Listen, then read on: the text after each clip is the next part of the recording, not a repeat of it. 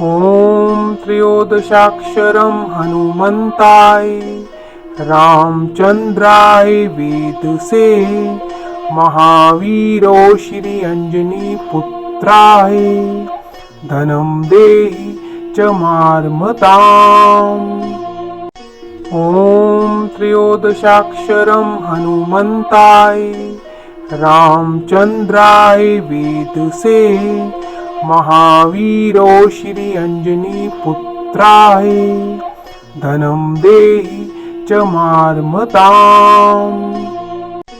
ॐ त्रयोदशाक्षरं हनुमन्ताय रामचन्द्राय वेदसे महावीरो श्री अंजनी पुत्राय धनं देहि च मार्मताम्।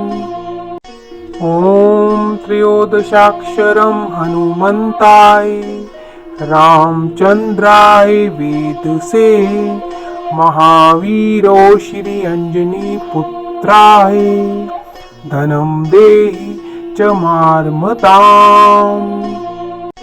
ॐ त्रयोदशाक्षरं हनुमन्ताय रामचन्द्राय वेदसे महावीरो श्री अंजनी पुत्राय धनं देहि च मार्मताम्।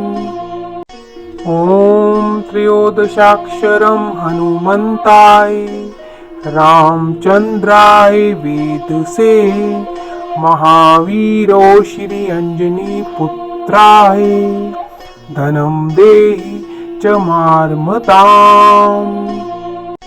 ॐ त्रयोदशाक्षरं हनुमन्ताय रामचन्द्राय वेदसे महावीरो श्री अंजनी पुत्राय धनं देहि च मार्मताम्। ॐ त्रयोदशाक्षरं हनुमन्ताय रामचन्द्राय वेदसे महावीरो श्री अंजनी पुत्राय धनं देहि च मार्मताम्। ॐ त्रयोदशाक्षरं हनुमन्ताय रामचन्द्राय वेदसे महावीरो श्री अंजनी पुत्राय धनं देहि च मार्मताम्।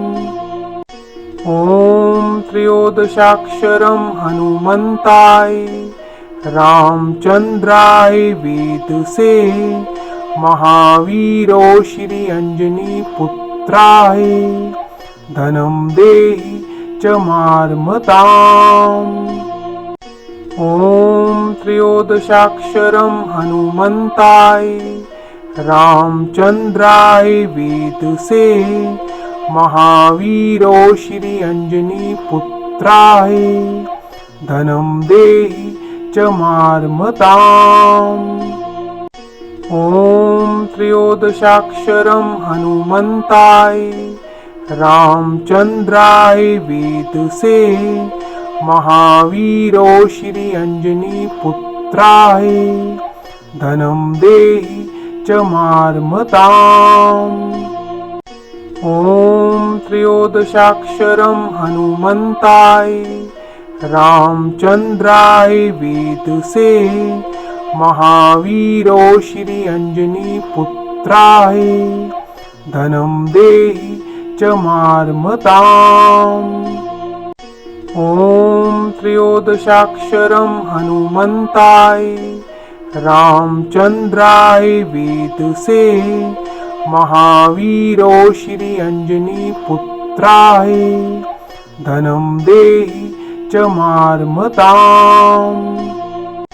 ॐ त्रयोदशाक्षरं हनुमन्ताय रामचन्द्राय वेदसे महावीरो श्री अंजनी पुत्राय धनं देहि च मार्मताम्।